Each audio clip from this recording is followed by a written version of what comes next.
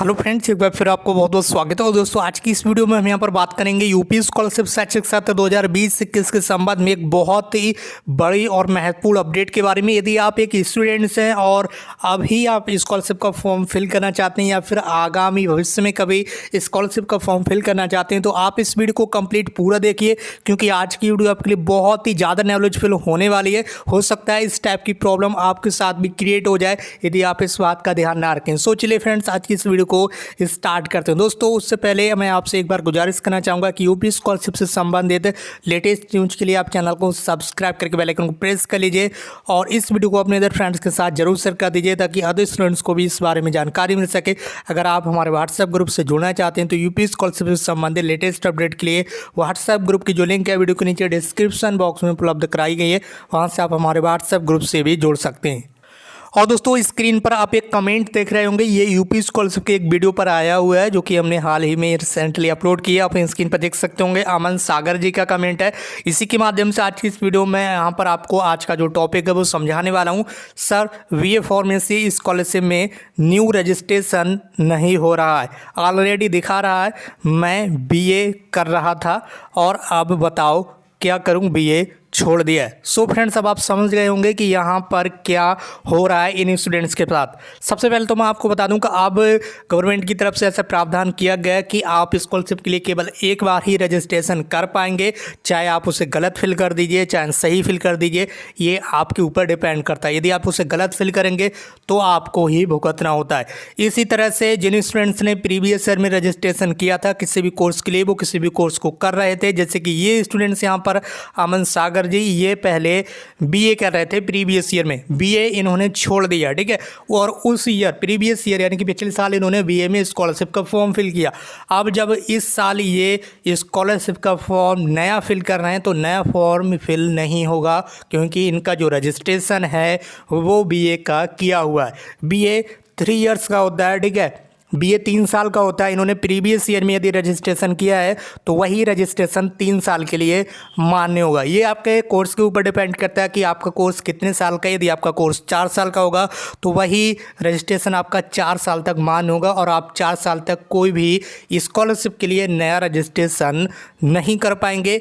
इसलिए सभी स्टूडेंट्स इस बात का खास ध्यान रखें कि आप इस तरह की गलती ना करें। किसी कोर्स को छोड़कर दूसरे कोर्स में यदि आप एडमिशन लेते हैं तो आप स्कॉलरशिप के लिए नया फॉर्म फिल करने के लिए एलिजिबल नहीं होंगे। आप कोर्स चेंज कर रहे हैं लेकिन स्कॉलरशिप के फॉर्म में कोर्स चेंज नहीं होगा। यदि आपने इस साल जिस कोर्स के लिए आवेदन किया है तो वो कोर्स आपका यदि 2 साल का है तो 2 साल तक आपका वही रजिस्ट्रेशन मान्य रहेगा। उसी कोर्स के लिए आपको स्कॉलरशिप के लिए भी आवेदन करना होगा। इस तरह के काफ़ी स्टूडेंट्स के लगातार कमेंट्स आ रहे हैं कि उन्होंने अपना कोर्स चेंज कर दिया है और अब जब वो फॉर्म फिल कर रहे हैं तो उनका नया रजिस्ट्रेशन नहीं हो रहा। तो वो सभी स्टूडेंट्स यहाँ पर ध्यान दें कि आप स्वयं इसमें कुछ नहीं कर सकते हैं, आपका कॉलेज भी इसमें कुछ नहीं कर सकता है, क्योंकि उनके हाथ में ये सब चीज़ नहीं होती है। इसके अलावा यदि आप इसके बारे में डिटेल में जानकारी चाहते हैं तो आप अपने ज़िले के जिला समाज कल्याण अधिकारी से एक बार ज़रूर कॉन्टैक्ट करें।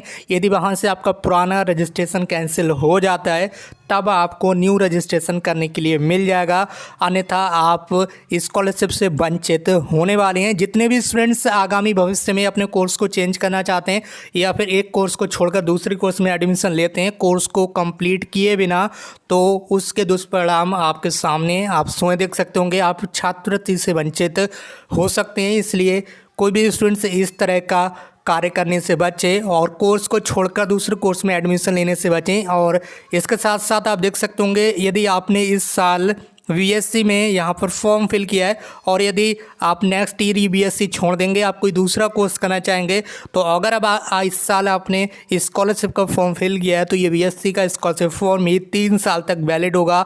आपको इसी स्कॉलरशिप के लिए यानी कि इसी कोर्स के लिए आवेदन करना होगा। यदि आप दूसरे कोर्स में एडमिशन ले लेते हैं तो वहाँ पर आपको प्रॉब्लम होगी, क्योंकि आपका जो स्कॉलरशिप का फॉर्म होगा वो बीएससी का होगा, बीएससी का रजिस्ट्रेशन किया हुआ होगा, ठीक है।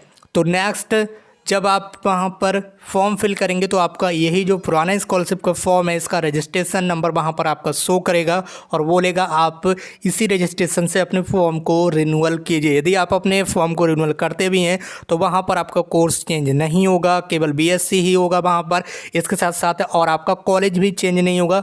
हो सकता है आप दूसरा कोर्स किसी दूसरे कॉलेज से कर रहे हों और पहले जो कोर्स कर रहे थे वो किसी दूसरे कॉलेज से कर रहे थे, तो ऐसे में आपके सामने बहुत बड़ी प्रॉब्लम क्रिएट हो सकती हैं। इसलिए आप अभी होशियारी रखने के साथ साथ भविष्य के लिए भी इसके लिए तैयार रहिए। और इस तरह की जो आपके दिमाग में कई सारी यहाँ पर बातें चलती हैं कि हम अपने कोर्स को कैसे चेंज कर सकते हैं। सो फ्रेंड्स, आप कोर्स को चेंज स्कॉलरशिप के फॉर्म में नहीं कर सकते हैं, क्योंकि एक बार जो कोर्स आपने सिलेक्ट कर लिया उसी कोर्स का रजिस्ट्रेशन उस कोर्स के टाइम के अकॉर्डिंग ही वहाँ पर बना रहता है। यदि आपने अभी किसी कोर्स में एडमिशन लिया है और वो कोर्स से यदि 3 साल का है तो 3 साल तक वही रजिस्ट्रेशन आपका मान्य रहेगा। ये ऐसे काफ़ी स्टूडेंट्स हैं जो लगातार कमेंट्स कर रहे हैं कि अब वो क्या करें, तो आप अपने ज़िले के जिला समाज कल्याण अधिकारी से कॉन्टैक्ट कीजिए। यदि वो आपको रजिस्ट्रेशन को वहाँ से कैंसिल कर देते हैं, पुराने रजिस्ट्रेशन को उसमें किसी भी तरह से बदलाव कर देते हैं, तो निश्चित रूप से हो सकता है आपको नया रजिस्ट्रेशन करने के लिए मिल जाए, तभी आप नया फॉर्म फिल कर पाएंगे। इसके अलावा जितने भी स्टूडेंट्स यहाँ पर परेशान हो रहे हैं सभी अपने ज़िले के जिला समाज कल्याण अधिकारी से कांटेक्ट कर सकते हैं।